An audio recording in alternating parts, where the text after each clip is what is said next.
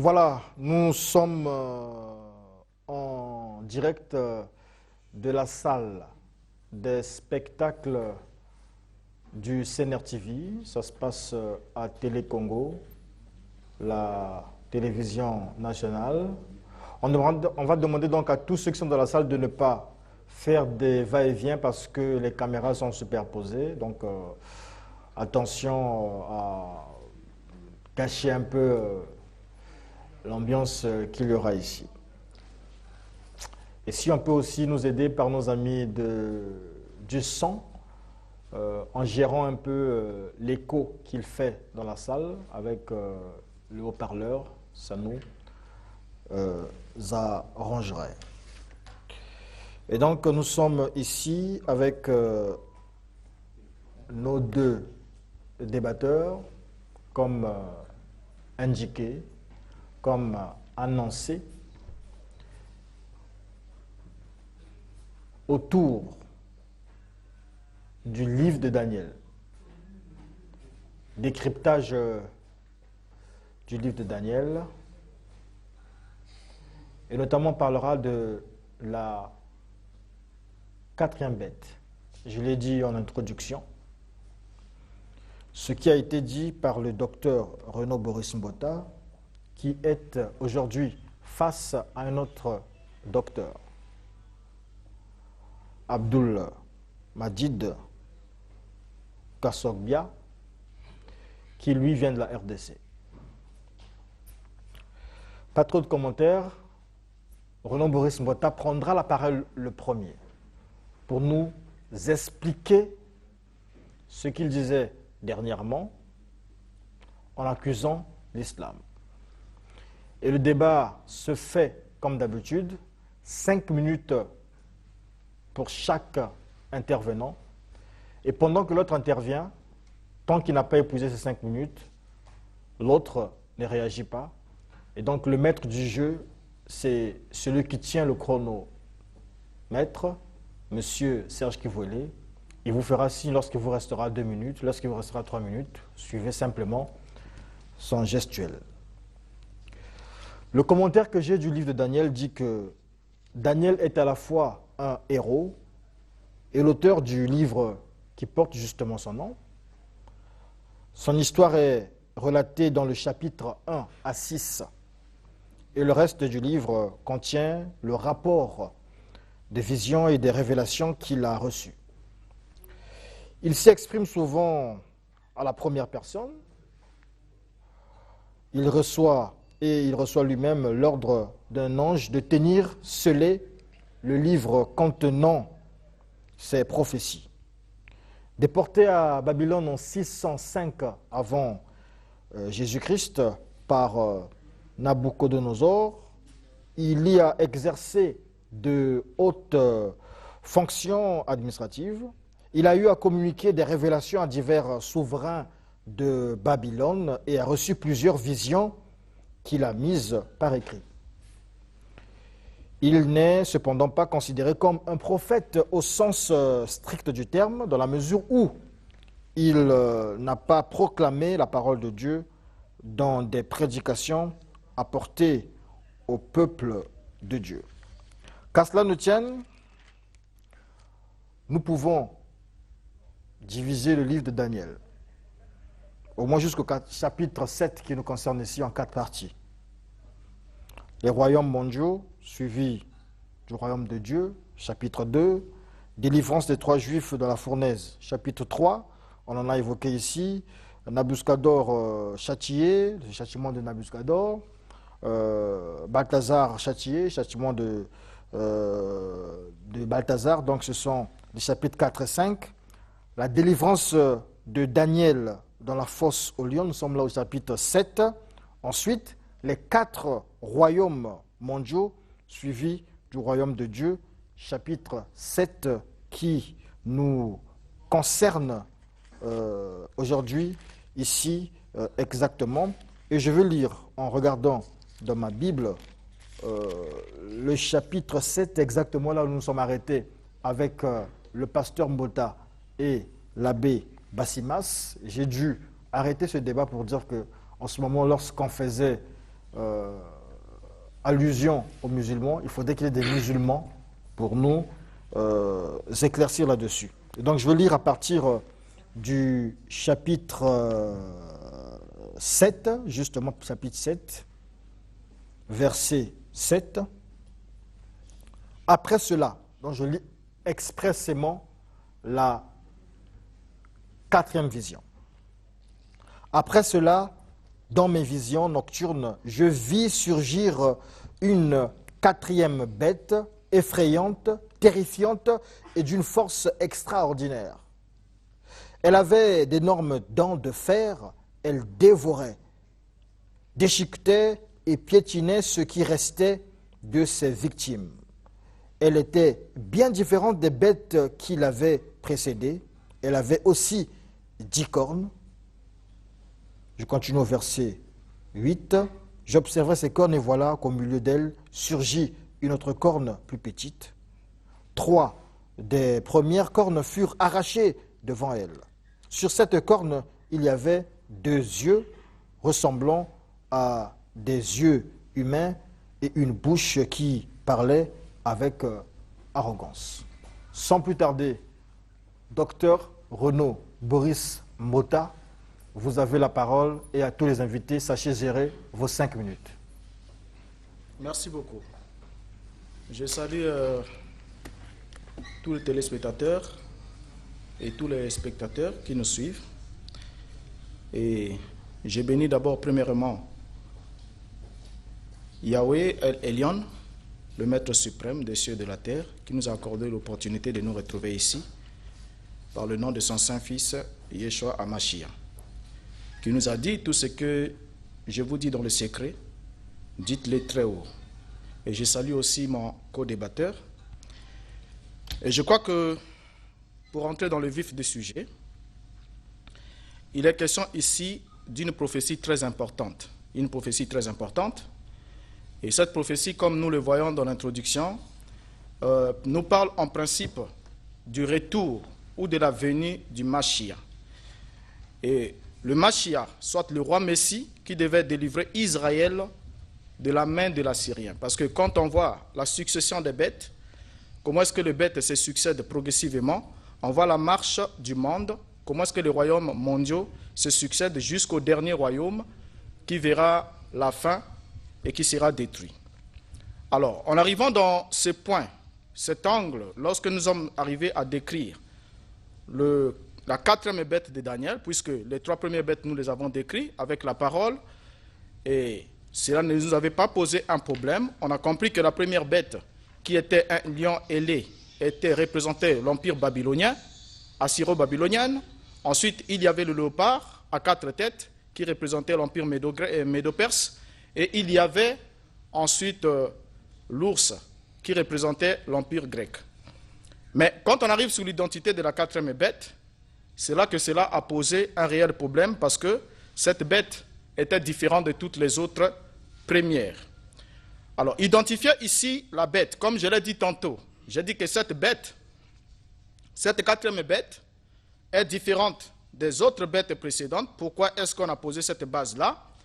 Parce que la question ici serait d'identifier l'antichrist ou l'adversaire du Messie qui doit intervenir sur la terre, parce que l'apôtre Paul le dit, que personne ne vous trompe, que le jour du Seigneur est déjà là. Parce qu'avant l'avènement du Seigneur, selon 2 Thessaloniciens chapitre 2, il dit qu'il faudra que l'homme du péché apparaisse d'abord. L'adversaire qui s'élève au-dessus de tout ce qu'on appelle Dieu et de ce qu'on adore, jusqu'à entrer dans le temple et s'asseoir dans le temple, se proclamant lui-même Dieu. C'est ce qui est écrit dans 2 Thessaloniciens. Alors, avant que cet adversaire ne vienne, puisque le Mashiach doit venir pour affronter cet adversaire-là et le détruire l'empire qui va prêter allégeance à cet adversaire, et ensuite établir le règne millénaire. Alors, sur cette question de base, on comprend par là que la venue de Yeshua HaMashiach, que la Bible traduction seconde appelle Jésus, que les musulmans appellent Issa, dépend d'abord de l'apparition de cet homme-là. Donc, tant que cet homme, qui est appelé dans l'islam Dajjal, n'apparaîtra pas sur la terre, alors le Mashiach ne reviendra jamais. Alors, ce qui est très important pour nous en introduction ici, puisque nous sommes dans un grand débat, ce qui est très important pour nous, c'est de comprendre que tout se passe autour d'Israël. Tout se passe autour d'Israël, et selon Osée, Yahweh avait déjà prévu de châtier Israël par les 3 bêtes sauvages que nous lirons. Et il avait prévu qu'il châtierait Israël par le lion, il le châtierait par l'ours, il le châtierait par le léopard. Et il n'a pas parlé de la 4e bête qui était tout à fait différente des autres premières. Alors, tout se passe autour d'Israël, comme je l'ai dit, puisque Israël est le centre de la prophétie. Et aujourd'hui, nous savons tous qu'Israël est rentré, les Juifs sont rentrés dans leur patrie depuis 1946, et en 1948, ils ont proclamé l'indépendance et la souveraineté de l'État d'Israël. Mais la capitale d'Israël, qui était Jérusalem, ne leur était pas encore restituée entièrement. Or, ce qui fait la force de la nation juive, c'est d'abord d'avoir une identité nationale, ensuite d'avoir la ville du grand roi qui est Jérusalem, et en ayant Jérusalem, récupérer le mont du temple et reconstruire le 3e temple. Puisque le Messie viendra trouver Dajjal en train de se faire adorer dans le 3e temple. Et là, aujourd'hui, nous sommes très avancés au niveau de la prophétie. Israël, aujourd'hui, nous le savons, la grande puissance du monde vient de déclarer qu'Israël devient à part entière la capitale de l'État d'Israël. Et quand les Juifs récupèrent la ville, plutôt Jérusalem, ils doivent récupérer le mont du temple, détruire le dôme du rocher et établir le 3e temple pour que le Dajjal arrive. Merci beaucoup pour la parole. Excusez-moi, j'ai un peu la voix écorchée parce qu'on continue à tenir nos activités publiques. Donc, j'interviens beaucoup. Mais j'aimerais tout de suite dire ceci. Tout le monde a suivi le pasteur, entre guillemets, Boris Mbota. Nous, les musulmans, nous l'avons particulièrement très bien suivi et nous l'avons vu comment il s'acharnait à se faire tristement célèbre en perdant son temps, n'est-ce pas, à proférer des allégations mensongères sur l'islam dans le but de détourner, n'est-ce pas, les gens de la mission de Mohammed, la paix de Dieu soit sur lui. Mohammed qui est le seul prophète ici de la postérité d'Abraham, que Dieu a envoyé pour sauver toute l'humanité conformément à la promesse, n'est-ce pas, faite au Père de la foi, selon laquelle toutes les familles de la terre seront bénies en lui. Et nous, les musulmans, nous nous sommes réservés les droits non seulement de lui répondre, mais aussi d'exposer ces confusions qui ne traduisent en réalité que ces insuffisances en matière de connaissances bibliques, historiques, islamiques et même en culture générale. Parce que vous êtes sans le savoir que vous allez vous rappeler que lors de son dernier face-à-face avec l'abbé Bassimas, M. Mbota avait dit que les conquêtes d'Alexandre le Grand ont été représentées par la rapidité du léopard, parce que le léopard, selon lui, était considéré comme étant la bête la plus rapide. Déjà, c'est ce qui est déjà faux, parce que le léopard n'est pas la bête la plus rapide. La plus rapide de toutes les bêtes, c'est bien le guépard. Donc c'est pour vous dire, c'est pourquoi avec tout le respect que je dois à M. Mbota, j'aimerais ici lui dire qu'il n'est pas vraiment qualifié, n'est-ce pas, pour faire l'exégèse biblique. Et ce n'est pas en s'autoproclamant pasteur qu'on devient réellement pasteur au sens biblique et classique du terme. Ça, c'est un petit jeu auquel se livre le pasteur des églises de réveil, lesquelles églises sont en réalité leurs outils générateurs de revenus. Car en islam, personne ne peut prétendre à l'imamat s'il n'a pas suivi une formation classique en théologie. Et cela est le cas pour les rabbins juifs et les prêtres catholiques et aussi les pasteurs protestants dans le christianisme. Mais ce jeu-là, ce n'est pas seulement chez notre frère Mbota et les autres églises où quelqu'un peut se réveiller le matin et dire à son épouse ou à ses proches que je suis devenu prophète, et aussitôt une masse ignorante, n'est-ce pas, se met à les suivre sans aucun discernement. Et moi je pense, Inch'Allah, après une autre série de débats, les téléspectateurs qui nous suivent comprendront aussitôt que tout ce que M. Mbota avait dit avant d'en frotter le musulman, n'est-ce pas, ne traduisait que sa peur de voir l'islam être identifié au 5e royaume, n'est-ce pas, du livre de Daniel, qui a donc été symbolisé par la pierre qui a détruit le 4e royaume, lequel royaume s'étendra sur toute la surface de la terre et prônera donc la doctrine pure de Dieu. Mais aussi, ils vont comprendre que ça traduit également sa peur, parce que M. Mbota a peur de voir sa religion, le christianisme, apparaître comme étant une religion d'origine satanique, parce que nous sommes sans le savoir, parce qu'il a identifié l'Empire romain à la troisième bête. Or, le christianisme a non seulement vu jour sous la domination de la troisième bête de M. Mbota, que nous identifions à la quatrième bête, donc l'Empire romain, mais le christianisme était également devenu la religion officielle de l'Empire romain. Ce qui implique à dire que ce que nous devons spirituellement à la troisième bête de M. Mbota, c'est bien le christianisme. Or, lorsque les prophéties présentent ce royaume comme étant des bêtes, ça veut dire que nous ne pouvons spirituellement rien attendre de bon de ces bêtes-là. Alors, j'aimerais dire ceci.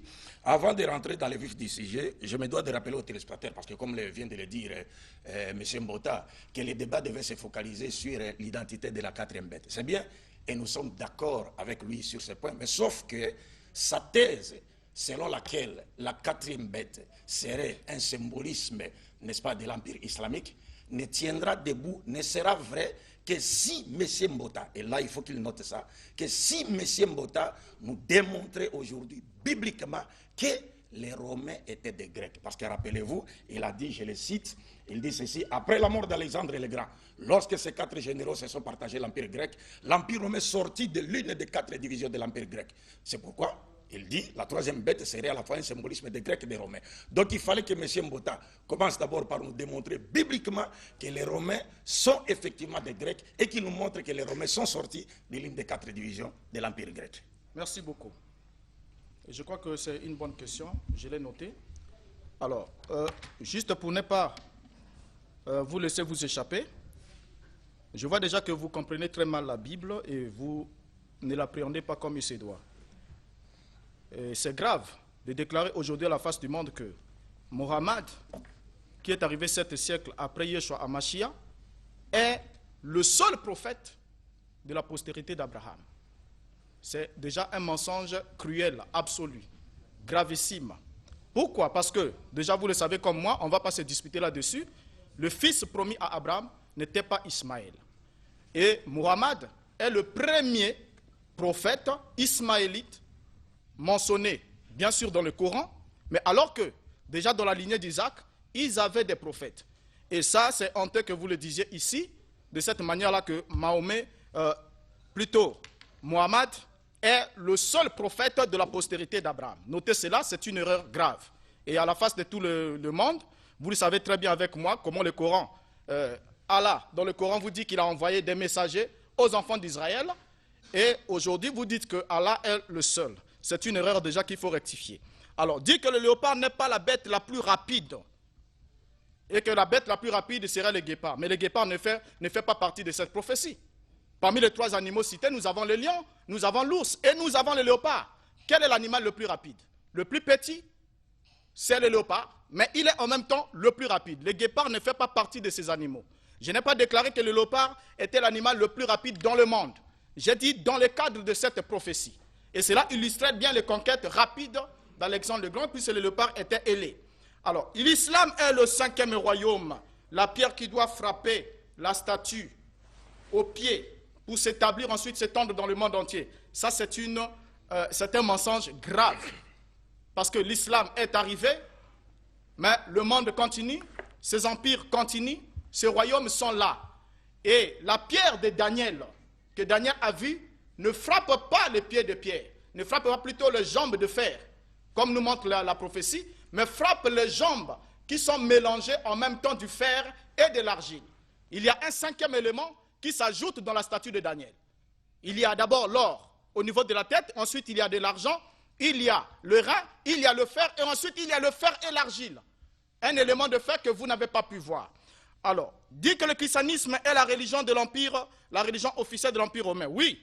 Je l'ai dit ici que le 4e empire, Rome, provient de l'une des divisions de la bête. Quand on rentre dans le chapitre 8, que nous ne sommes pas encore arrivés, nous verrons bien, bel et bien que dans le chapitre 8, le bélier qui a eu la corne brisée, il y a eu 4 cornes qui sont sorties de cette corne-là, et l'empire romain provient de l'une des divisions de cet empire qui est arrivé là, puisque c'est de là. On voit, quand on arrive, l'empire romain s'établit. Ensuite, de l'Empire romain, nous allons avoir l'Empire ottoman, que vous connaissez très bien avec moi. qui a reçu la blessure mortelle il y a de cela quelque temps, juste un seul siècle. Alors, dire ici que l'islam est la pierre qui frappe le pied de la statue de Nebuchadnezzar et qui s'étend alors dans le royaume entier, c'est un mensonge. Parce que cette pierre représente Christ dans sa seconde venue. Et vous le savez très bien avec moi, le Coran aussi est d'accord que les musulmans attendent le retour de Jésus-Christ. Ils attendent le retour de Jésus-Christ qui doit sauver l'humanité de la main du Dajjal ou de l'Antichrist. Parce que Jésus-Christ est vivant. Vous l'enseignez dans le Coran. Il est vivant au ciel et c'est lui qui reviendra, c'est lui qui jugera l'humanité, c'est lui qui jugera Mahomet, qui jugera tous les hommes et qui répartira les biens et les héritages dans le royaume du ciel. Et c'est lui qui positionnera chaque personne dans le paradis. Et en d'autres termes, c'est lui qui aura la décision finale d'agréer qui il peut agréer et de désavouer qui il peut désavouer. Et pourquoi est-ce que c'est lui qui doit descendre pour attaquer ou détruire le Dajjal, l'Antichrist? Alors qu'on pensait que l'ennemi spirituel numéro 1 mondial devait être un anti-islam. Mais ce sera un anti-Christ, un anti-Messie, un anti la parole messianique. Et c'est ce que la Bible aussi soutient. Mais lors du retour pour jouer la dernière carte du monde, ce n'est pas Mahomet qui reviendra, mais c'est Yeshua qui revient pour détruire cet ennemi final. Alors, en regardant ici, la question que vous posez pour montrer si l'Empire romain provient de l'Empire grec, c'est oui. Parce que c'est un prolongement, il provient de la dérivation de cet empire-là. Ça va. Je pense que le public averti a compris que M. Mbota est déjà palpité. D'abord, vous voyez, il venait de me faire dire ce que je n'ai pas dit. Il disait que j'ai dit que Mohammed était le seul prophète de la postérité d'Abraham. Ce n'est pas ce que j'ai dit, M. Mbota. J'ai dit ceci, Mohammed est le seul prophète issu de la postérité d'Abraham que Dieu a envoyé à l'humanité tout entière. C'est ce que j'ai dit. Il y a eu des prophètes qui sont sortis d'Abraham, mais qui n'ont été envoyés qu'aux enfants d'Israël. Seul Mohammed a été envoyé à l'humanité tout entière. Et Jésus a dit, ne pensez pas que j'ai été envoyé qu'aux brebis perdues de la maison d'Israël. Donc vous me faites dire ce que je n'ai pas dit, et c'est un mensonge de votre part, parce que vous ne m'avez pas bien suivi. Vous m'entendez, mais vous ne m'écoutiez pas. Deux, quand vous parlez du guépard, c'était clair. Moi, on va revenir là-dessus et nous ferons une vidéo spéciale sur vous par rapport à ce point. Vous avez très bien dit, il a été représenté, les conquêtes d'Alexandre ont été représentées par les léopards, parce que le léopard est considéré comme étant la bête la plus rapide. Ce n'était pas dans le cadre de la prophétie. Ça, c'est un petit débat. Et puis, vous venez même de commettre une erreur tout de suite là, en disant que non, le bélier a eu 4 cornes. Dans Daniel chapitre 8. Non, dans Daniel chapitre 8, ce n'est pas le bélier qui a eu 4 cornes, mais c'est plutôt le bouc qui venait de l'Occident et qui symbolisait l'empire grec d'Alexandre le Grand, qui avait une corne, une grande corne, et après que cette corne se soit brisée, il y a eu 4 cornes qui ont fait leur apparition. Mais le bélier n'a jamais eu 4 cornes. C'est une erreur de votre part. 2. Vous êtes époumoné, vous n'avez pas répondu à ma question. Parce que jusque-là, vous dites oui, les Romains sont sortis des Grecs. Mais démontrez-nous bibliquement et même historiquement que les Romains sont sortis des Grecs. Moi, j'aimerais avoir un verset tiré par exemple des prophéties de Daniel qui nous montre clairement que les Romains sont sortis des Grecs. Alors c'est pourquoi je vous ai posé ces questions. J'ai dit, pour que votre thèse soit vraie, il fallait que vous commenciez d'abord par nous montrer sur base de la Bible. Parce que vous avez dit que c'était une question biblique et que les réponses doivent être bibliques. Donc nous sommes dans les prophéties, sur les prophéties de Daniel ou dans les prophéties de Daniel. Donc démontrez-nous sur base des prophéties de Daniel que les Romains étaient réellement des Grecs et qu'ils sont sortis de l'une des 4 divisions, n'est-ce pas, de l'Empire grec. Et ça, je sais que vous ne le ferez jamais, même dans vos propres rêves. C'est un défi.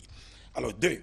Quand vous parlez de la pierre, moi je ne voudrais pas d'abord tout de suite là étendre le débat. Parce que vous parlez par exemple du Fils de l'homme que vous identifiez à Jésus-Christ. Mais Jésus-Christ n'est pas le Fils de l'homme de Daniel 7. Parce que le Fils de l'homme de Daniel 7, il n'a jamais été dit dans la prophétie que ce Fils de l'homme viendra d'abord avant le 4e royaume, puis il repartira pour revenir.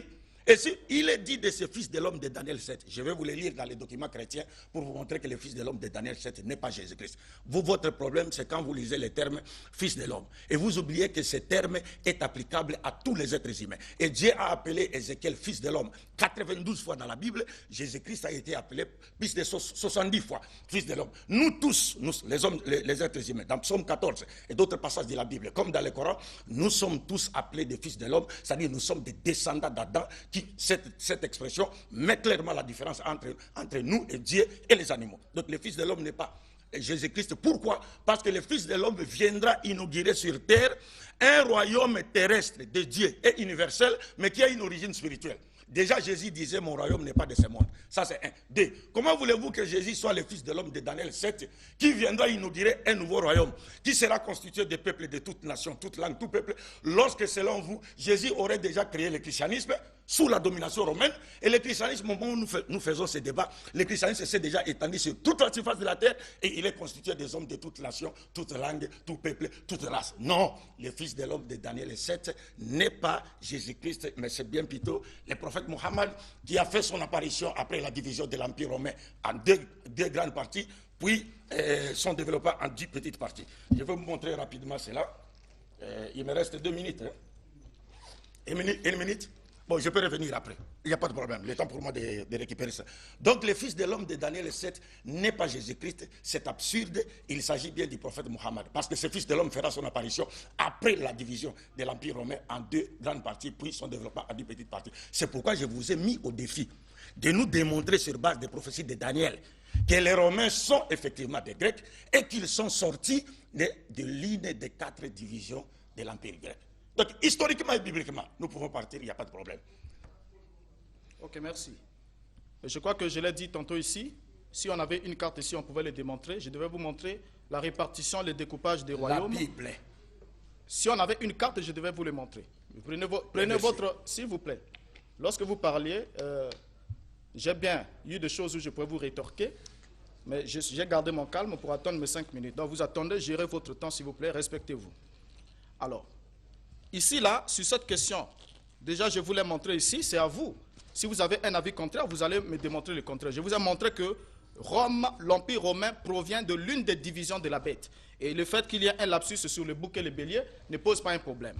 Alors, ici, là, déjà, quand vous dites que Jésus a créé l'Empire, ou bien il a créé le christianisme, c'est ce qui est faux, ce qui est un mensonge absolu. Et j'aimerais ici parler aussi à la face du monde que l'on sache aujourd'hui que le christianisme, quand Yeshua était sur la terre, il n'a pas créé une religion. Il n'a pas fondé une religion. Sa mission, ce n'était pas de fonder une religion. Et le christianisme n'est pas né de lui. Le christianisme a vu le jour à Antioche, avant que les Romains ne prennent le christianisme et le remplissent de tous les dogmes qu'il y a pour en faire un mouvement autre que celui qui a des racines initiales tirées de la foi en Yeshua HaMashiach. Ce qui était l'un des mensonges absolus. Alors, nier ici que Yeshua n'est pas le Fils de l'homme et que le Fils de l'homme promis par Daniel serait le prophète Mohammed. Ça, c'est un mensonge cruel, très grave. Ici, quand nous lisons, d'abord, Yeshua qui annonce la venue de l'islam. Yeshua, durant toute sa vie sur la terre, il annonçait qu'il était le Fils de l'homme. Pas un Fils de l'homme, mais le. L'article aussi est clair. Et il a annoncé la venue de l'islam dans la parabole de l'ivraie. Matthieu chapitre 13, le verset 24 jusqu'à 30. Il montre dans cette parabole que le royaume des cieux est semblable à un homme qui a semé la bonne semence dans son champ. Et pendant qu'il s'est retiré, l'ennemi est venu et il a semé de la mauvaise semence pendant que les gens dormaient. Et il a bien précisé, lui-même se présentant comme étant le Fils de l'homme, il dit celui qui sème la bonne semence, c'est le Fils de l'homme. Alors il se présente là comme étant le Fils de l'homme, entrevu par le prophète Daniel, dans Daniel 7, le verset 13. Envoyé non seulement à Israël comme vous voulez le faire croire, selon l'islam, selon le Coran au chapitre 43, le verset 59, mais au monde entier pour y semer l'évangile, principe de salut éternel. Et lorsqu'il sème l'évangile, il a bien dit quand il décrit, il donne l'explication de cette parabole, il a dit la bonne semence ce sont les fils du royaume et le champ c'est le monde. Il sème dans le monde. Il dit mais c'est quand il se retire, pendant que les gens dormaient, l'ennemi est venu et il a semé délivré. Or, le prophète qui vient après le passage de Yeshua, c'est lui l'ennemi de Yeshua. Et quand il arrive, il sème de l'ivraie. Et qu'est-ce que Yeshua dit? Il dit que lorsqu'on a voulu arracher l'ivraie dans le champ, dans le monde, une fausse religion, une fausse semence, les enfants du malin qui sont plantés par là, il va dire laissez-les croître ensemble. Parce que vous ne le savez pas. J'aimerais, on peut prendre le temps ici pour vous démontrer l'origine de l'islam. L'islam ne provient pas de Muhammad, comme on vous le fait dire dans le Coran. L'islam provient des juifs, des judéo-nazaréens, qui voulaient conserver une partie de la Torah, de la loi de Moïse, tout en croyant que Yeshua était le Mashiach. Et c'est eux qui ont inventé ces choses. Et on pourra démontrer ici par tous les éléments, Mahomet n'a pas écrit le Coran. D'ailleurs, ils ne savaient pas lire, ils ne savaient pas écrire. Et l'alphabet arabe, l'arabe n'avait pas d'alphabet pendant le vivant de Mahomet jusqu'à sa mort. Donc, ne menez pas cette invention-là. Alors ici, lorsque Yeshua parle, il dit que c'est à la fin des temps qu'il demandera aux moissonneurs de rassembler l'ivraie, de rassembler toute l'ivraie en gerbe, afin qu'elle soit jetée dans le feu. Et vous le savez avec moi ici, ça peut être démontré dans la Bible, que la dernière bête sera un empire islamique. Parce que le diable qui a semé de l'ivraie, comme Yeshua le dit, et vous croyez les prophéties de Daniel ici avec moi, que Daniel parle, il dit que lorsque le Messie sera retranché, il ne lui aura pas de successeur. Et dans la parabole que vous aimez très souvent citer, de la mort du fils du chef de la vigne, vous allez bien remarquer que lorsque le chef de la vigne envoie des serviteurs, il envoie, et à la fin, il envoie son fils. Et quand le fils est tué, le chef de la vigne n'envoie plus jamais un autre serviteur. Il n'envoie plus un prophète de cet acabit-là. Et Gabriel qui a dit à Daniel, le Messie sera retranché et il n'y aura pas de successeur au Messie. Alors, dire aujourd'hui que le Messie a eu un successeur qui est Mahomet sera un mensonge contre le Gabriel de la Bible. Moi, est-ce que vous démontrez ici que le Gabriel qui a révélé la parole à Daniel est différent du Gabriel qui a rencontré le prophète Mohammed. Parce qu'il ne peut pas venir auprès de Daniel pour dire que le Messie sera retranché, il n'aura pas de successeur, et venir chez Mohammed pour dire qu'il est le successeur du Messie. S'il vous plaît, on va essayer d'arrêter le débat. Celui qui coordonne le débat, c'est M. Serge Chivoulet, celui qui a le chronomètre. Donc, tous ceux qui ont des compteurs et tout, ça veut dire que n'empêchez pas le débat de bien se dérouler, s'il vous plaît. Parce qu'on a remarqué un peu de choses, évitez de le faire. Parce que vous allez vous perturber le débat pour rien. Là, ça nous fait grignoter des minutes, on a un long programme à faire. Et lorsque vous le faites, c'est pas bien. Voilà. Parce que... Calmez-les. Essayez de respecter celui qui est en train de faire son travail. Mais nous sommes en direct. Oui, mais il faut qu'ils empêchent, c'est-à-dire qu'il faut... Si là-bas ça marche, on ne pourra pas faire de débat. Donc il faut qu'ils essaient de mettre de l'ordre. Oui, non, moi pour continuer le débat, il faut que là-bas qu'il ait de l'ordre. Non, il ne faut pas l'empêcher de faire son travail. C'est-à-dire que c'est lui qui gère le chrono, moi je ne gère pas le chrono, donc vous le respectez, ou on arrête le débat. Voilà. Allez-y. Oui, merci beaucoup. Je pense que les téléspectateurs qui nous suivent à ce moment ont compris que M. Mbota échappe toujours à ma question. Jusque-là, il n'a pas encore répondu à ma question. Et il touche à beaucoup de points qui n'ont rien à voir avec les thèmes du jour. Tout cela pour chercher à distraire les gens qui nous suivent. Mais malheureusement pour lui, il est en face d'une personne qui est plus avertie que lui. Donc il n'a pas de chance, quoi. Quand vous avez parlé, par exemple, de lapsus sur le bouc et le bélier, oui, c'est lapsus, c'est bien, M. Mbota. Mais je suis en face de quelqu'un qui prétend avoir l'Esprit Saint, donc qui n'a pas droit à l'erreur. Deux, quand vous citez la parabole des livrets, mais la parabole des livrets n'a rien à voir avec l'islam. D'abord ici, je me dois encore de vous poser, je reviens encore. Lorsque nous lisons Genèse chapitre 17, verset 20, M. Mbota, pour que je clôt déjà le débat avec vous.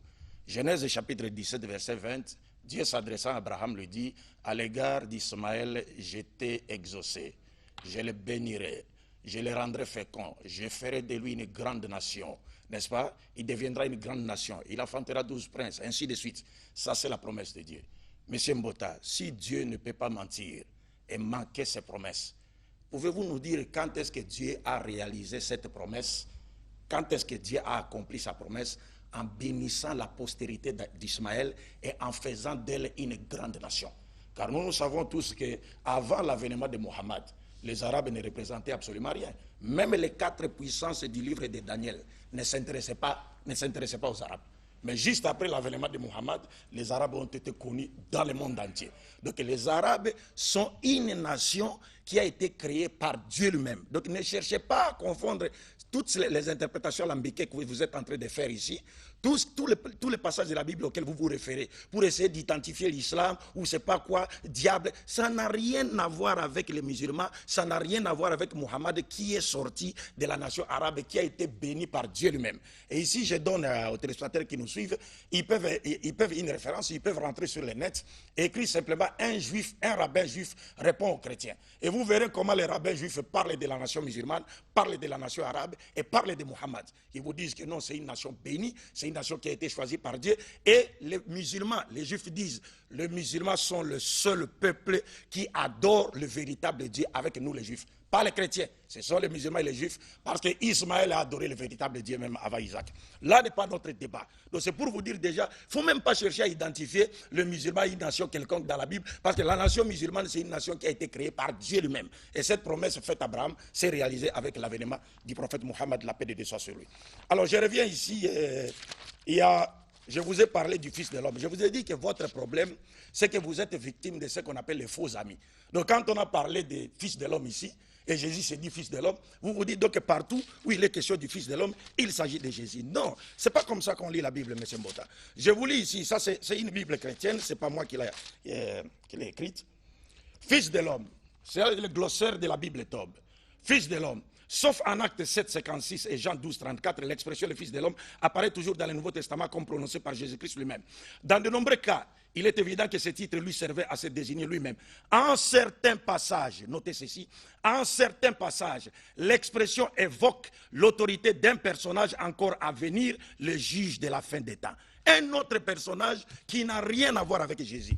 Dans la Bible de Jérusalem, nous avons la même révélation. Il est dit ceci à la page 1085. Ce mystérieux Fils de l'homme que 7-18, Daniel 7-18 et 21-27 identifie avec la communauté des saints est aussi sa tête, le chef du royaume messianique, mais ce n'est pas le Messie davidique. Le Fils de l'homme de Daniel 7 n'est pas le Messie davidique. Pourquoi? Parce que lui, il fera son apparition après la division de l'Empire romain en 2 grandes parties, puis son développement en 10 petites parties. Or, le Christ, lui, a existé avant la division de l'Empire romain, et selon vous, il aurait été arrêté sur ordre d'un gouverneur romain, il a été crucifié, tué, il a été élevé au ciel. Selon vous, il est parti, il a laissé les Romains continuer à régner. Mais le Fils de l'homme qui viendra, pour inaugurer le royaume de Dieu sur la terre. Et je vous dis que Jésus disait, mon royaume n'est pas de ce monde. Qui viendra inaugurer un royaume de Dieu sur la terre? Le royaume qui s'étendra partout sur toute la surface de la terre, c'est ce royaume-là qui détruira l'Empire romain. Et historiquement, c'est là où vous fouillez, parce que vous êtes incapables de nous démontrer bibliquement que les Romains sont sortis des Grecs et ils seraient sortis de l'une des 4 divisions de l'Empire grec, comme vous le prétendiez ici. Je vous ai dit, même dans votre propre rêve, vous ne pouvez pas le faire. Donc, focalisons les débats d'abord ici. Démontrez-moi, sur base des prophéties de Daniel, que les Romains sont des Grecs. Et ils sont sortis de qui? Ils sont sortis de l'une des 4 divisions de l'Empire grec. Merci. Ouais, ok. Le Messie davidique. Donc, le Messie qui viendra à la fin des temps ne sera pas le Messie davidique. Vous êtes totalement en contradiction avec le Coran et avec les hadiths, avec l'islam. Parce que vous êtes conscient que celui qui revient à la fin des temps, c'est le Messie davidique. Et pour revenir un peu dans la notion des alliances, parce que vous voulez embrouiller les gens sur cette question-là, je lis d'abord ce que dit votre propre Coran. Coran chapitre 2, le verset 133. « Étiez-vous témoin quand la mort se présenta à Jacob et qu'il dit à ses fils, « Qu'adorez-vous après moi ?» Ils répondirent, « Nous adorerons ta divinité et la divinité de tes pères. Abraham, Ismaël et Isaac, divinité unique à laquelle nous sommes soumis. » Alors, vous voyez déjà dans cette sourate une tentative de manipulation d'introduire Mahomet ou Mohamed dans la lignée prophétique. Alors qu'il est bien écrit dans le Coran que c'est dans la lignée de David que nous leur avons accordé les livres et l'inspiration prophétique. Ça, vous le savez avec moi. Et avant que Mohammed puisse arriver, il n'y avait pas de prophète au niveau des Arabes. Il n'y avait pas de prophète au niveau d'Ismaël. Et l'alliance dont vous évoquez ici, Genèse chapitre 17, le verset 2, parce que je vous apprends déjà que vous ne pouvez pas maîtriser la Bible mieux que moi. C'est peut-être si vous m'entendez dans le Coran que vous aurez peut-être un peu d'exploit à faire, mais au niveau de la Bible, c'est un échec absolu. Dans la Bible, Genèse chapitre 17, le verset 2, il a dit, « J'établirai mon alliance. » C'est Elohim qui s'adresse à Abraham. « J'établirai mon alliance entre toi, entre moi et toi, et je te multiplierai à l'infini. » Verset 11. « Vous vous circoncirez, et ce sera un signe d'alliance entre moi et vous. » Il donne le signe de l'alliance. Et au verset 12, il dit, « À l'âge de 8 jours, tout mâle parmi vous sera circoncis, selon vos générations, qu'il soit né dans la maison, ou qu'il soit acquis à prix d'argent de tout fils étranger, sans appartenir à ta race. » Et il précise encore un peu plus loin. Et quand il fait cette alliance avec Abraham, Ismaël est déjà né, je vous l'apprends. Ici, le sceau de l'alliance consistait à être circoncis au 8e jour. Mais Ismaël a été circoncis à l'âge de 13 ans.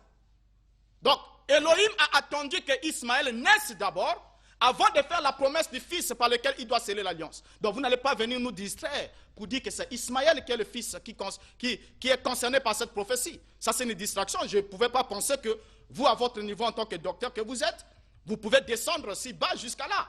Et il continue. Regardez ce que la Bible continue pour clouer votre mensonge. Verset 21. J'établirai mon alliance avec Isaac que Sarah t'enfantera à cette époque-ci de l'année. J'établirai mon alliance avec Isaac que Sarah t'enfantera à cette époque de l'année. Et Ismaël est le produit de l'impatience.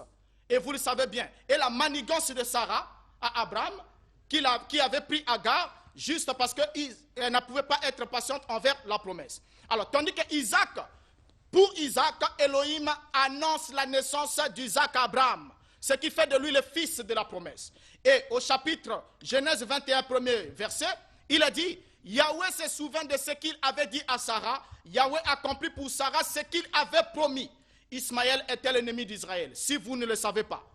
Il n'était pas le fils de la promesse. Le fils de la promesse, c'était Isaac. Et c'est de la lignée d'Isaac que doit venir une postérité par laquelle le monde entier doit être sauvé. Et vous le savez avec moi ici. Quand on prend dans le livre de Michée, quand vous dites que ce n'est pas le Messie davidique qui doit apporter le salut ou la délivrance. Quand on lit le livre de Michée ici, Michée chapitre 5, à partir du verset 1er, il est parlé de la naissance du Messie à Bethléem. Et il a dit que c'est celui qui naîtra à Bethléem. Quand je prends directement, puisqu'on est dans la notion du temps, je prends directement le verset qui va suivre, le verset, vous pouvez lire le chapitre 5, le verset 1 à 6.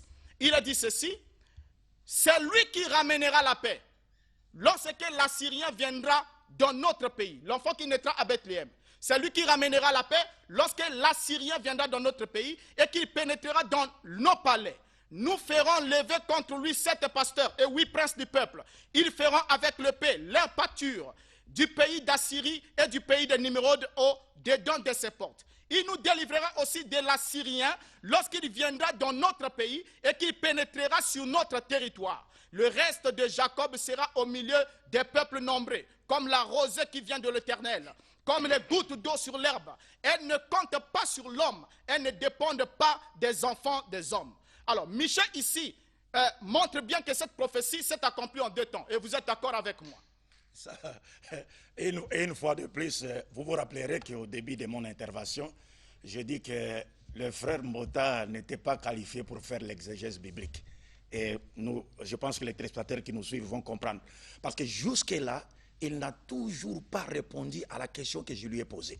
Démontrez-nous sur base des prophéties de Daniel que les Romains sont effectivement des Grecs et qu'ils sont sortis de l'une des 4 divisions de l'Empire grec après la mort d'Alexandre le Grand. Je lui ai dit qu'il ne le fera jamais, même dans ses propres rêves, il ne le fera jamais. C'est pour vous dire qu'il vient, il prend la liberté avec la Bible pour dire n'importe quoi. Regardez, il vient de dire ici, Ismaël, le signe de l'alliance, il parle du signe de l'alliance, la circoncision. Mais cette alliance que Dieu a voulu conclure avec Abraham, mais qui ont subi d'abord, c'est-à-dire cette alliance, ça s'est réalisé d'abord en qui premièrement? C'est Abraham. Quand vous dites que non, il fallait attendre qu'Isaac naisse ou Ismaël naisse. Mais non, Abraham lui-même a été circoncis, déjà adulte. Et c'est lui avec qui Dieu a fait alliance. Et le premier fils qu'on a circoncis pour cette alliance, c'est Ismaël. Et Ismaël, pour vous apprendre cela, Isaac n'est pas le fils de la promesse de Dieu faite à Abraham. Isaac est le fils de la promesse de Dieu faite à Sarah. Et vous venez de le lire, c'est ce que vous n'avez jamais compris. Vous avez lu Genèse chapitre 23. Vous dites, Yahweh réalisa pour Sarah ce qu'il lui avait promis. Qui lui avait promis quoi? Un enfant. Isaac est le fils de la promesse de Dieu faite à Sarah et non à Abraham. C'est pourquoi on lui a donné le nom Yitzhak en hébreu, qui veut dire rire. Parce que lorsque le jour où on a annoncé à sa mère la bonne nouvelle de sa naissance, Sarah a ri. Mais Ismaël est le fils de la promesse de Dieu faite à Abraham. C'est pourquoi il a reçu le nom de Ismaël, qui veut dire Dieu a exaucé ma prière, parce qu'Abraham voulait avoir un enfant. 2. Vous avez parlé de l'alliance que Dieu aurait conclue. Mais oui, nous savons que les 2 fils d'Abraham, représente deux alliances, ce que vous ignorez complètement. Alors vous avez parlé de l'alliance avec Isaac. Regardez là où se limite l'alliance avec Isaac. Genèse chapitre 17, verset 19. Dieu dit, certainement, Sarah ta femme, t'enfantera un fils, et tu l'appelleras du nom d'Isaac. J'établirai mon alliance avec lui comme une alliance perpétuelle pour sa postérité après lui. Ce n'est pas avec l'humanité tout entière ça. C'est pourquoi tous les prophètes ici de la postérité d'Isaac n'ont été envoyés qu'aux enfants d'Israël, y compris Jésus-Christ. Vous autres païens, Paul l'a dit, vous n'êtes que des branches de l'olivier sauvage, coupées et greffées à l'olivier franc, contrairement à votre nature. Les alliances et les promesses ne vous concernent pas.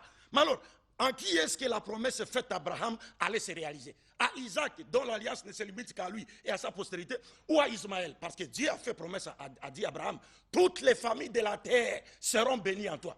En qui est-ce que cette promesse s'est-elle réalisée? Donc nous disons que M. Mbota, vous êtes en train simplement de démontrer votre insuffisance en matière de connaissances bibliques. Et vous avez même fait dire au Coran, parce qu'on n'a pas assez de temps, vous avez fait dire au Coran ce qu'il ne dit pas, que Dieu aurait dit dans le Coran qu'il a donné la prophétie dans la descendance de David, beaucoup de choses là. Mais moi je reviens encore une fois de plus.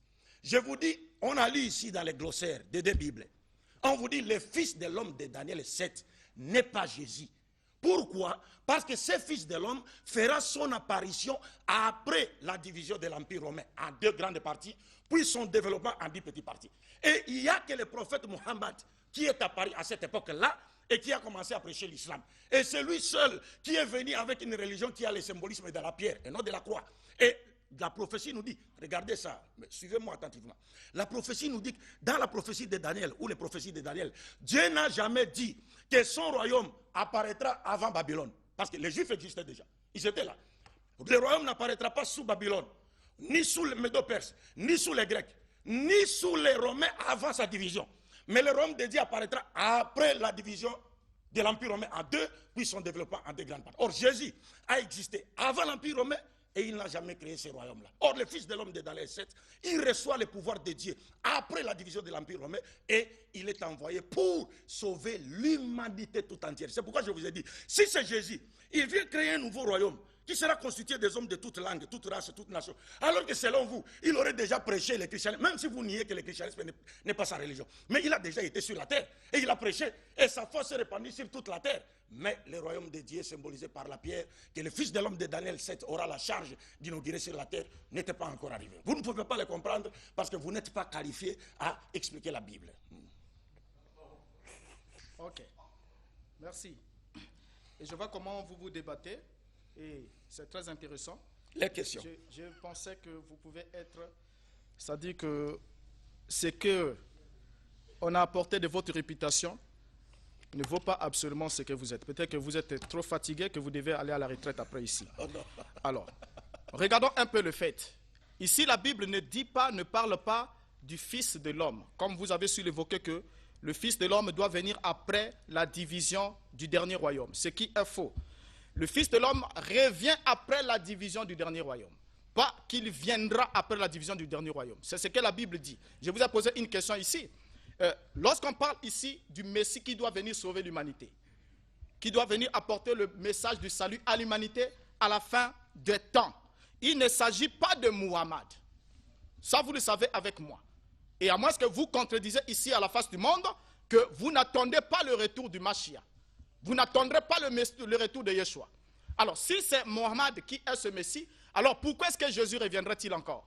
Qu'est-ce qu'il viendra faire? Alors que dans le Coran, c'est ce qui est signifié que c'est lui qui revient pour sauver l'humanité de la main du Dajjal. Alors, montrons ici, comme je l'ai dit, dans le livre de Michée, il a dit qu'il viendra pour sauver, racheter Israël de la main de l'Assyrien.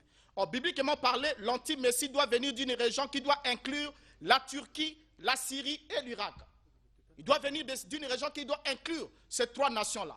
Et la Bible précise bien qu'il sera le roi du Nord. Et parce que vous le savez avec moi, que la Turquie, la Syrie et l'Irak sont drainés par le fleuve Euphrate. Et le fleuve Euphrate est un fleuve très prophétique au niveau de la Bible. Et précisément, selon la Bible ici, c'est de la Turquie que viendra l'Antichrist. Si vous ne le savez pas, regardez Apocalypse chapitre 13, qui parle des bêtes, de la réunification des bêtes de Daniel, qui parle de la bête qui monte, qui est semblable à un léopard, qui a les pattes de l'ours, et qui a la gueule du lion. lorsqu'on parle de cette bête est la confédération des royaumes qui ont été gouvernés par les 3 premières bêtes. Et je vous apprends aujourd'hui que selon la Bible, il est écrit que Satan donnera à cette bête son trône et son pouvoir. Et selon l'Apocalypse, chapitre 2, Yeshua précise, il dit que le trône de Satan est à Pergame. Il dit là, Satan a sa demeure et son trône. Et Pergame aujourd'hui est la ville de Bergaba en Turquie. Vous le savez très bien avec moi que la Turquie était la tête de l'Empire ottoman. Et aujourd'hui, la Turquie revient au centre. C'est le seul pays musulman qui n'est pas arabe, qui revient au centre en tant qu'une puissance d'abord, deuxième puissance militaire de l'OTAN, et vous le savez très bien, et qui a une position très stratégique au niveau du Moyen-Orient. Alors, tous les problèmes aujourd'hui, quand on dit que Mahomet est venu avec un message de paix, oh là là, le pacifiste Mahomet, c'est grave. Si on voit seulement le parcours de Mahomet, je ne sais pas si Mahomet a passé une seule année sans égorger, sans tuer, sans lapider. Non, je reviens là. Le pacifiste Mahomet est mort en laissant 7 sabres, avec une lance et un bouclier. Et il a conquis le monde par la guerre, par la violence. Il dit, soit vous vous soumettez à Allah, soit vous mourrez. Il dit que la terre appartient à Allah et à son messager. Si vous ne croyez pas à Allah et son messager, vous n'avez pas le droit de vivre. Ça, c'est enseigné au niveau de l'islam. Et pour vous, un musulman qui tue un non-musulman n'est pas répréhensible. C'est écrit encore dans l'islam. Que parce qu'il n'a pas le droit de vivre sur la terre d'Allah et son messager. Alors, vous allez dire qu'il est venu avec un règne de paix. C'est ce qui est absolument faux. Absolument faux. Alors ici, le Messie revient après la division de dernier royaume et il vient après la réunification ou la résurrection de l'Empire islamique. Et aujourd'hui, vous le savez bien avec moi, que tout ce qui se passe au niveau du Moyen-Orient, c'est pour réveiller cette dernière bête. Et la Turquie est au centre de la scène. Vous ne pouvez pas déplacer la prophétie. Elle est au centre de la scène. Alors, c'est lui qui va s'élever avec une confédération de puissances pour ensuite chercher à conquérir Israël et chercher à conquérir le monde. Donc, la dernière bête ici, l'Antichrist, comme il est nommé dans la Bible, viendra bien de la confédération des pays musulmans. Regarde encore un élément de fait pour montrer dans Daniel chapitre 8, si on peut un peu aller là-bas, au verset 22, la Bible dit, les 4 cornes qui se sont élevées pour remplacer cette corne brisée, ce sont 4 royaumes qui s'élèveront de cette nation, mais qui n'auront pas autant de force. Au verset 23, à la fin de leur domination, lorsque les pécheurs seront consumés, il s'élèvera un roi impudent et artifié. Oui, mais je ne sais pas, je me répète encore. Je pense que les téléspectateurs qui nous suivent ont toujours compris que jusque-là, M. Mbota n'a jamais répondu à mes questions. Les questions qui lui ont été posées. Alors il touche à tout. Mohamed, pacifiste, la Turquie. Non. Alors, si vous voulez un débat, par exemple, sur l'islam rime-t-il avec le terrorisme, on va vous l'apprendre. Parce que le prophète Mohammed, il n'y a pas un messager de Dieu plus pacifiste que lui qui a existé sur cette terre. Plus pacifiste que lui. Et s'il faut qu'on fasse, moi je vous mets au défi de m'affronter seul à seul et face à face dans un débat autour du terrorisme. Et je vais voir, à ce moment je vais utiliser la Bible et vous verrez entre le Coran et la Bible quel est le livre le plus terroriste du monde. Donc nous allons voir ça, Inch'Allah. Alors donc, moi je ne voudrais pas faire du coq à l'âne, M. Mbota. Nous parlons de la poule, vous voulez nous parler du canard. Je vous ai demandé de rester dans les prophéties de Daniel. Et je vous attendais parce que vous avez fait allusion aux 4 cornes du bouc, ainsi de suite. J'attends frire le poisson par sa propre graisse quand vous allez revenir sur ce passage, Inch'Allah. Mais maintenant, regardez comment vous faites. C'est pourquoi je vous ai dit qu'il n'y a que chez vous, les gens des églises de réveil, là où les gens s'autoproclament des pasteurs, qu'on peut se permettre de prendre la liberté avec les Écritures. Vous venez de lire, oh non, Jésus a dit, c'est en Turquie, c'est là où il y a le trône de Satan, à Pergame, c'est là où il y a le trône de Satan. Mais, Monsieur Mbota, pourquoi déplacez-vous les Écritures de leur contexte pour en faire un prétexte? Parce que la prophétie d'Apocalypse, dans Apocalypse, Jésus était en train de s'adresser aux 7 églises chrétiennes de cette ville de l'Asie mineure, qui est devenue aujourd'hui la Turquie. Ce n'est pas parce que tous ces territoires est devenu aujourd'hui la Turquie que vous allez appliquer cette prophétie à la Turquie musulmane, qui n'a rien à voir avec l'esprit de la prophétie. Parce que si seulement on peut ensemble avec vous lire ces prophéties-là, Apocalypse 1, 11, et puis Apocalypse 2, vous verrez comment vous serez éclaboussé par votre Bible ici. Parce que vous faites dire à la Bible ce que la Bible ne dit pas. Et moi, ça m'arrange. moi ça m'arrange de voir que vous vous dites que l'antéchrist viendra de la Turquie. Donc c'est clair que l'antéchrist ne viendra pas de la Mecque. Donc la Mecque, le trône de Satan n'est pas à la Mecque. Donc Mohammed n'a rien à voir avec ça. Et l'antéchrist ne viendra pas aussi de la Mecque. Alors donc là, il est en train de dire des choses qu'il ignore complètement. Il nous parle du Fils de l'homme, le retour. Mais qui a nié le retour de Jésus? Mais nous croyons au retour de Jésus. Mais nous vous disons, le Fils de l'homme dont il est question dans Daniel 2, dans Daniel 7, n'a rien à voir avec Jésus, parce que ce Fils de l'homme apparaîtra après la division de l'Empire romain en 2 grandes parties, puis son développement en 10 petites parties symbolisées par les 10 règnes des barbares. Je vous lis dans la Bible. Nous sommes dans Daniel chapitre 2, à partir du verset 41. Et comme tu as vu les pieds, je prends directement 42, et comme les doigts des pieds étaient en partie de fer, en partie d'argile, ce royaume sera en partie fort et en partie fragile. Tu as vu les fer mêlés avec l'argile parce qu'ils se mêleront par des alliances humaines, mais ils ne seront pas unis l'un à l'autre, de même que les fer ne s'allient point avec l'argile. Il a dit après la division, il y aura un 4e royaume fort comme du fer, de même que les fers briseront tout, il brisera et rompra tout, mais comme les fers met tout en pièces. Mais comme tu as vu les pieds et les orteils en partie d'argile, des potiers en partie de fer, ce royaume, le 4e, sera divisé. Et maintenant, c'est après la division de ces royaumes, le verset 44 vous dit, dans les temps de ce roi, le Dieu des cieux suscitera un royaume qui ne sera jamais détruit et qui ne passera point sous la domination de notre peuple. Il brisera et anéantira tous ces royaumes-là et lui-même subsistera éternellement. L'islam ne sera détruit par aucune nation de ce monde. Ça, c'est une prophétie de Dieu. Et le Coran le dit. Walladhi arsala rasulahu bil huda wa dinil haqqi liudhhirahu ala dini kullihi walau kariha al kafirun. Dieu a envoyé son messager avec la religion de vérité pour la faire triompher sur toute religion, n'en déplaise aux mécréants. Donc, on vous dit le royaume de Dieu apparaîtra après la division du 4e empire. Or, Jésus a existé avant la division de l'empire romain.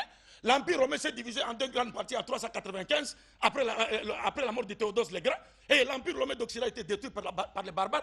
Et l'empire romain d'Orient, la prophétie vous dit, c'est ce royaume qui détruit l'empire romain. Mais qui ont détruit l'empire romain byzantin? Ce sont les musulmans qui l'ont détruit. Nous ne l'avons pas seulement détruit, mais l'empereur même romain, Constantin Dragazès, est mort sur les champs de bataille en combattant contre les musulmans. Donc, M. Mbota, ne fouillez pas mes questions. Démontrez-nous sur base des prophéties de Daniel que les Romains sont effectivement des Grecs et qu'ils étaient sortis de l'une des 4 divisions de l'Empire grec. Sinon, après cela, vous devez me passer vos trophées. Je vous ai dit d'apporter vos trophées, vos 2 trophées. Je suis venu prendre ces trophées-là. Vous devez me passer ces trophées parce que vous ne méritez pas d'avoir ces trophées-là. Merci beaucoup. Et je vois combien vous êtes très fort en diversion. Parce que le fait que vous tournez autour du pot, vous n'arrivez pas à vous en sortir. Je vous ai posé un problème ici. Lorsque vous dites que le Messie davidique, parce que c'est là le centre du problème. Lorsque vous dites que le Messie davidique est venu une seule fois en Israël, il est parti. Et c'est fini. Il faudra dire, informer à la face du monde et donner votre position musulmane là-dessus. Donc, me dire si le Messie ne reviendra plus, si le Messie davidique ne reviendra plus, alors pour combattre le dernier royaume, le dernier empire, et établir le royaume de Dieu sur la terre, alors informez la face du monde. Parce que c'est lui qui va venir selon le Coran et qui sera le dernier guide selon le Coran. C'est lui qui jugera selon le Coran. C'est lui qui répartira des places et des héritages au paradis selon le Coran. Et c'est lui qui régnera sur cette terre selon le Coran. Avant qu'il ne meure, vous acceptez avec moi ici que le Messie, fils de David, n'est jamais passé par la mort. Ça, c'est selon ce que vous dites dans le Coran. Le Coran dit qu'il est venu sur la terre et l'islam voit le retour de Yeshua comme étant l'achèvement de sa vie et de sa mission qu'il a quitté sans l'avoir complété. Et en tant que véritable Messie, il est le seul à détenir le pouvoir accordé par Dieu de défaire le faux Messie à la fin des temps. Ah ben, ne venez pas distraire les gens. Dites aujourd'hui à la face du monde que vous n'attendez, parce qu'il y a un courant islamique comme ça, qui n'attend pas le retour de Jésus, qui dit qu'il est mort, il a été enterré, c'était fini. Mais vous, vous êtes de ceux qui attendent son retour. Vous attendez son retour, pourquoi? Ne venez pas distraire les gens. Selon Michée chapitre 5 que vous avez cité, il a dit, toi Bethléem Ephrata, tu es le moins d'entre les milliers de Judas, et c'est de toi que sortira celui qui dominera sur Israël. Celui dont l'origine remonte au temps le plus ancien, au jour de l'éternité. Et quand Yeshua est arrivé, il n'a pas dominé sur Israël. Il est mort comme un agneau. Il a accompli la première partie de sa mission. Et la deuxième partie, il reviendra. Il sera un guide des Juifs. Et selon Mohammed, il dit que Jésus, fils de Marie, reviendra. Mais si la première venue, il a été envoyé aux Juifs. rien qu'aux Juifs. Et quand il reviendra, quel est le verset coranique qui dit qu'il reviendra pour les musulmans? Il reviendra pour l'islam. Je crois que son point de départ sera son point d'arrivée. Il a quitté la terre à Jérusalem, il reviendra pour les Juifs. Il ne reviendra pas pour l'islam, qui d'abord, comme vous le savez avec moi, que Mahomet est mort avec une haine intrinsèque envers les Juifs. Sur son lit de mort, qu'est-ce qu'il a dit? Que Dieu maudisse les Juifs et les chrétiens, parce qu'ils ont construit leur lieu de prière sur les tombes des prophètes. Mais aujourd'hui, où est-ce que Mahomet est enterré? Il est enterré là où il est mort. Mais est-ce que vous n'allez pas en pèlerinage là-bas? Vous n'allez pas passer des prières là-bas? Alors cette malédiction revient sur vous. Alors que Abraham a bien, Elohim a bien signifié à Abraham, je bénirai ceux qui te béniront et ta postérité. Je maudirai ceux qui te maudiront et ta postérité. Alors du coup, tout l'islam est sous la malédiction prophétique. Et ça, vous le savez, vous ne pouvez pas divertir les choses ici. Ignorer la position de la Turquie, c'est montrer par là que vous n'êtes pas informé dans ce qui se passe. La mort intesta de Mahomet. Mahomet est mort sans laisser un testament. C'est ça qui est la cause de tous les troubles au niveau du Moyen-Orient. Là où nous avons les chiites et les sunnites qui se disputent. C'est ça l'origine de tout. Et seule la Turquie, qui est le pays non arabe, musulman non arabe, est une puissance qui sera sollicitée pour réunifier cet empire. Peut-être que vous n'êtes pas informé dans ce qui se passe. Tous vos gestions ne signifient absolument rien.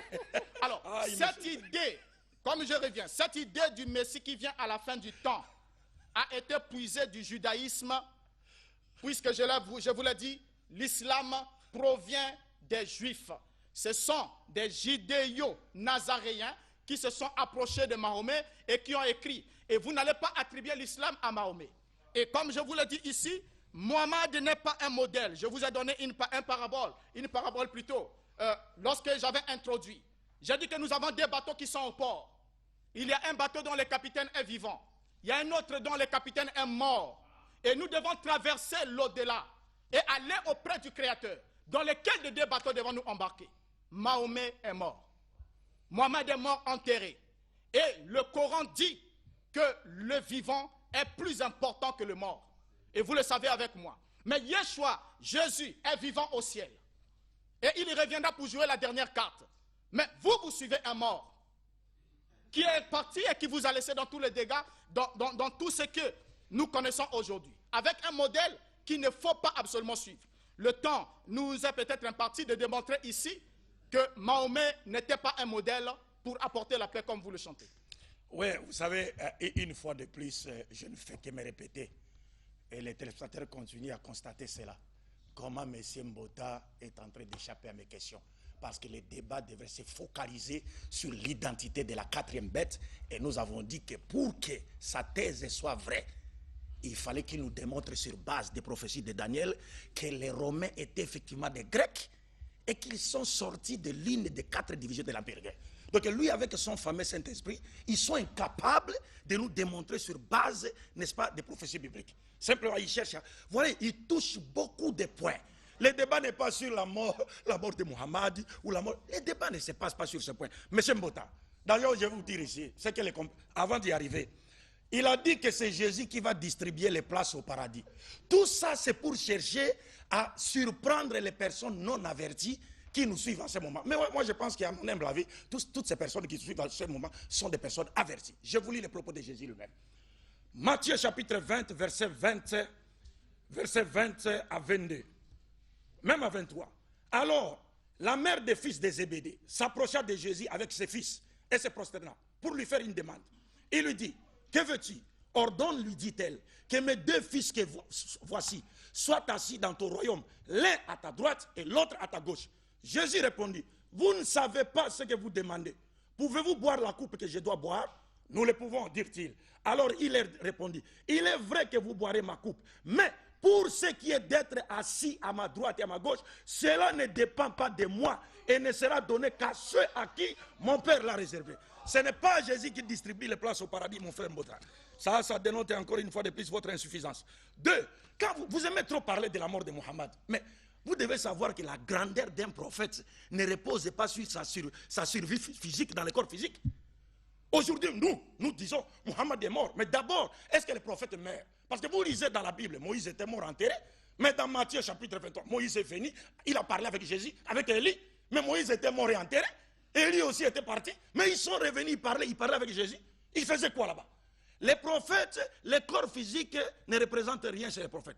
Si l'on peut parler de la mort, nous pouvons dire aujourd'hui, entre Jésus et Mohammed, qui est véritablement mort? C'est Jésus qui est véritablement mort, bien que nous croyons ce retour. Pourquoi? Parce qu'il n'y a pas un seul peuple sur cette terre qui s'identifie par rapport aux enseignements de Jésus. Des peuples suivent les enseignements de Mohammed. Voilà la grandeur d'un prophète. C'est pourquoi un savant occidental a dit la victoire de Mohammed, même après le tombeau, prouve qu'il était un vrai prophète. Parce que des pays se réclament de Mohammed, alors que Jésus, même dans son propre pays, en Israël, il n'est pas accepté. Jusqu'à aujourd'hui, il n'y a pas un seul pays qui se définit par les enseignements de Jésus. Mais il y a des pays qui se définissent par les enseignements de Mohammed. Vous êtes en train de confondre les choses, mon cher frère. Vous dites que non, nous disons que Jésus va... Mais oui, Jésus va revenir. Nous croyons en cela. Et le prophète l'a dit, il va venir pour briser la croix. Parce que le christianisme n'était pas sa religion. C'est une religion d'origine satanique. Et je vais le démontrer sur le jour où il y aura un face-à-face entre moi et vous, le dimanche prochain. Je vais le démontrer. Et c'est à ce moment-là que je prendrai vos deux trophées et repartir avec ça à Kinshasa, Inch'Allah. Donc vous êtes en train de confondre les retours de Jésus et l'avènement du Fils de l'homme. On vous a lu dans les prophéties de Daniel que le Fils de l'homme qui vient, lui n'était pas venu avant. Il viendra après, c'est sa première fois. Alors que Jésus est venu, il a dit tout pouvoir m'a été donné par mon Père. Mais le Fils de l'homme, lui, il recevra de Dieu le pouvoir avant. Et puis il vient sur la terre pour inaugurer le royaume de Dieu universel qui va s'étendre sur toute la terre. Et la prophétie nous dit ce royaume ne sera jamais détruit. Et vous vous dites que, voilà. Donc il faut jamais chercher à distraire les gens. Une fois de plus, je vous dis, M. Mbota, démontrez-nous que vous êtes réellement un pasteur. Si vous êtes réellement un pasteur. Démontrez-nous sur base des prophéties de Daniel que les Romains étaient des Grecs et qui sont sortis des lignes des 4 divisions de l'Empire grec. Si vous le faites, moi je me promets que vous allez me baptiser ici et je vous promets de porter une croix qui pèsera 20 kilos en cuivre. Mais si vous ne le faites pas, vous allez vous convertir à l'islam. C'est simple, non? J'ai encore le temps? Non, je lui laisse mes 30 secondes pour qu'il me démontre ça. Bon, moi je prends vos 30 secondes. On applaudit d'abord pour les deux débatteurs.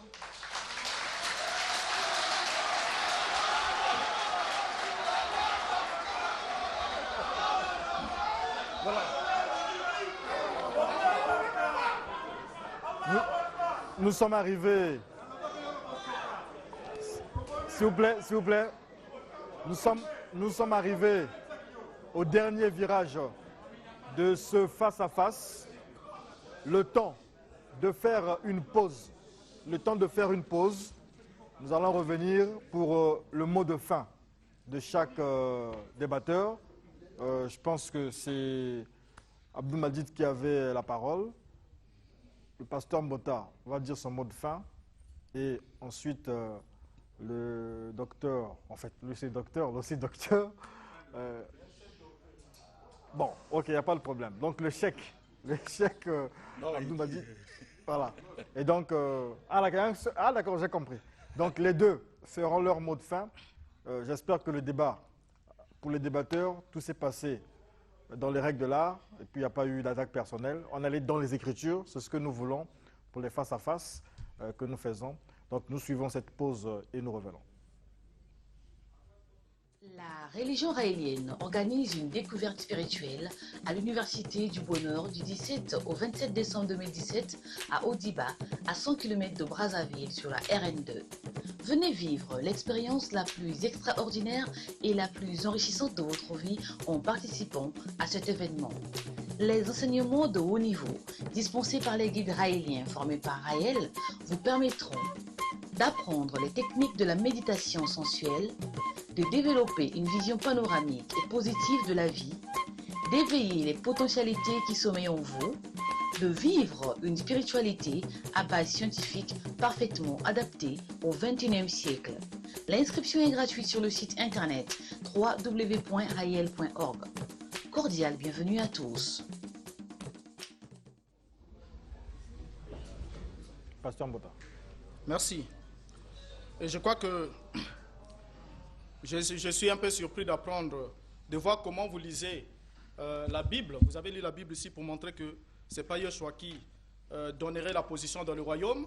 Je pensais que vous devez lire un hadith de Bukhari ou de Muslim qui devait montrer réellement ce que Jésus devait faire à la fin des temps. Et je vais vous lire votre propre passage que vous évitez de lire ici pour comprendre la position qu'il devrait avoir. Et on nous dit ceci dans votre propre livre. Mohammed a dit, par celui qui tient mon âme dans sa main, la descente de Jésus, fils de Marie, est imminente. La descente de qui? Jésus, fils de Marie, est imminente. Il sera pour vous un arbitre juste. Il mettra fin à la guerre que nous avons là. C'est lui qui mettra fin à la guerre. Tout ce que vous avez comme sunnites, chiites, terrorisme et tout. Selon votre livre, c'est Jésus qui mettra fin à la guerre.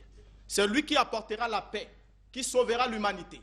Donc l'espoir même de l'islam ici, c'est-à-dire que vous ne voulez pas lire à la face du monde. Traduit combien vous êtes très malhonnête envers la pensée de votre religion.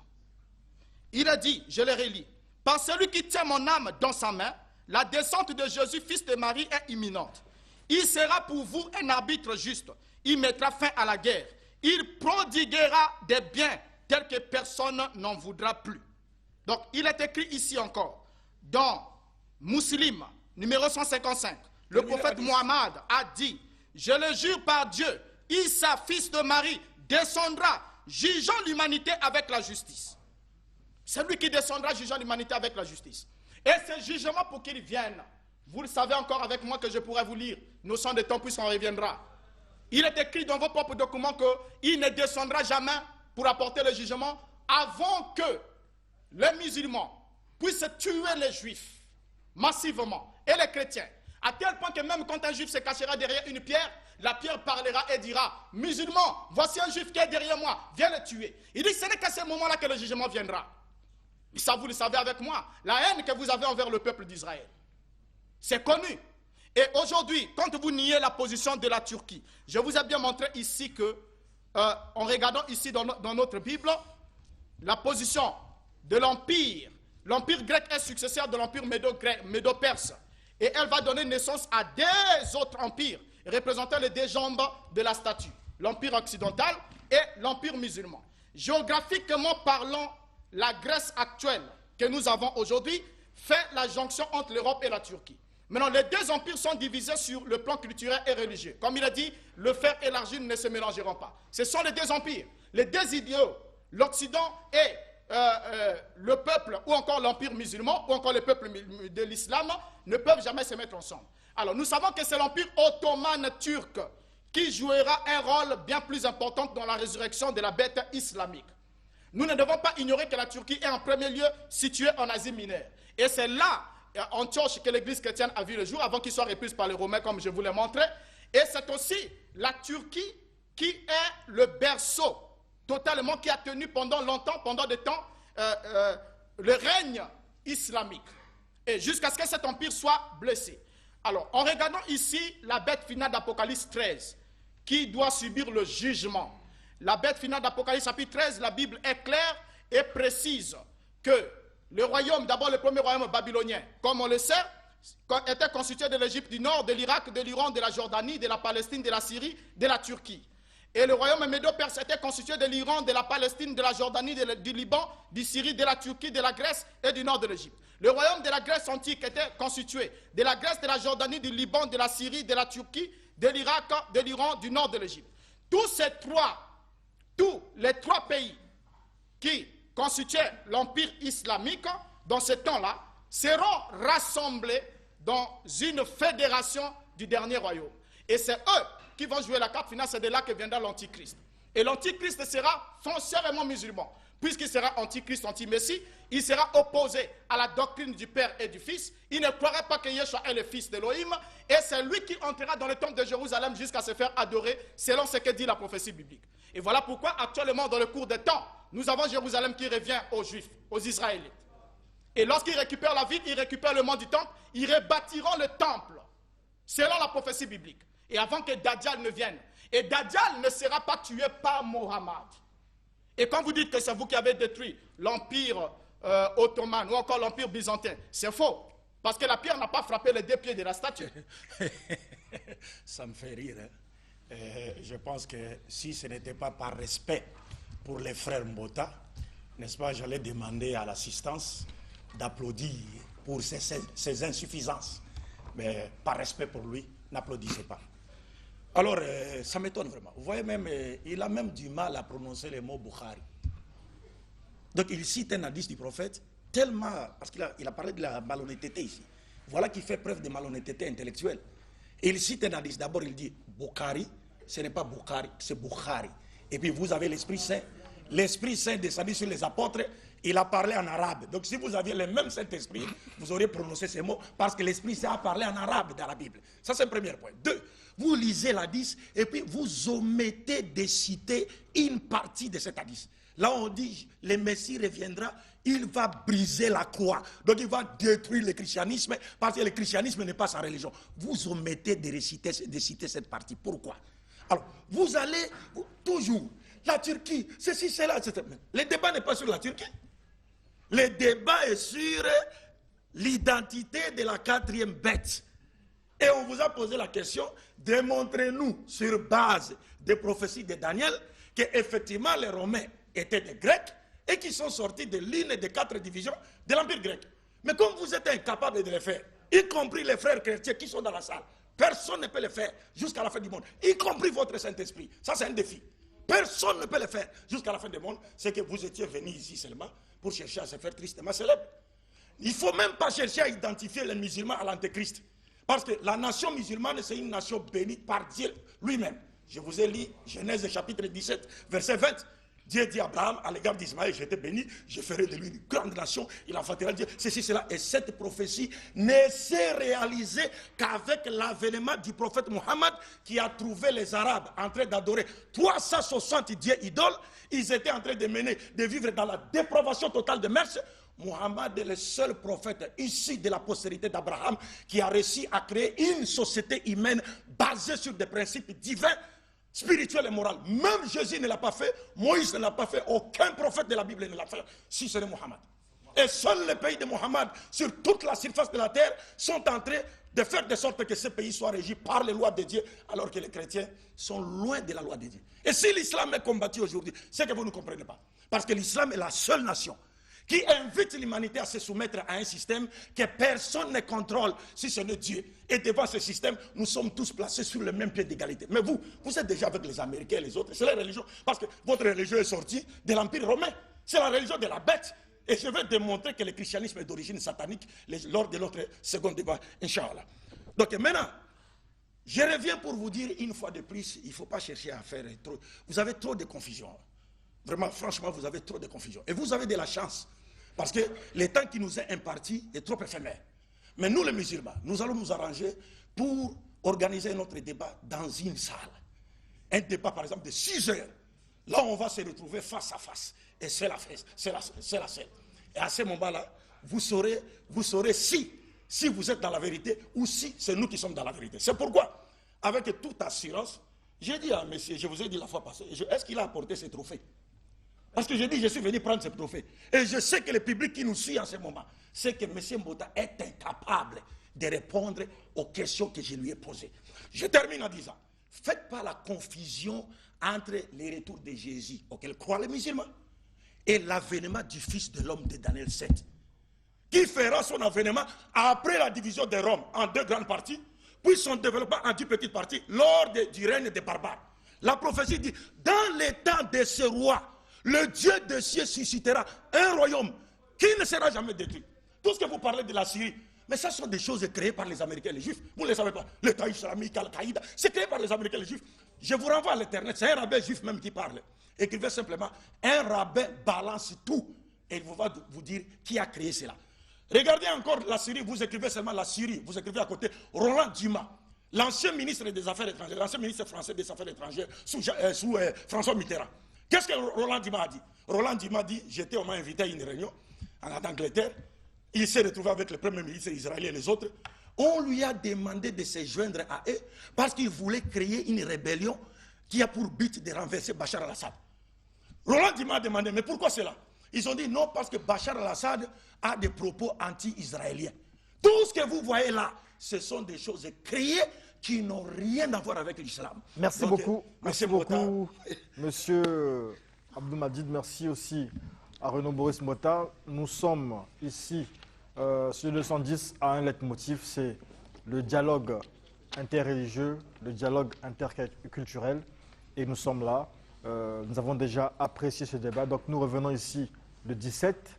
Ça se travaillera dans les couloirs pour demander est-ce qu'on revient pour continuer sur cette même thématique ou aborder la deuxième thématique. Ça se saura. Mais sinon, le rendez-vous est pris pour le dimanche 17. Débat toujours dans la grande salle de spectacle de Télé Congo. Entrée libre à tout le monde, aux chrétiens et non chrétiens, aux musulmans et non musulmans, et donc à tous ceux qui aiment le débat, à tous ceux qui aiment la vérité, parce qu'on dit du choc des idées, j'ai eu la lumière. On va saluer le pasteur Mbota, on va lui demander d'approcher. On va saluer aussi... Ce sont mes trophées. Voilà. Les trophées. Tu ne les auras jamais. Vous refusez. Et voilà, on l'applaudit. Ça va pas faire boum. D'accord, voilà. Et donc, c'est une occasion pour nous. C'est une occasion pour nous, s'il vous plaît, de remercier non seulement le public qui est arrivé, même s'il a fallu avoir quelques histoires, mais ça, c'est l'ambiance du débat. Remercier les amis de la sécurité qui sont avec nous, Norji Miete.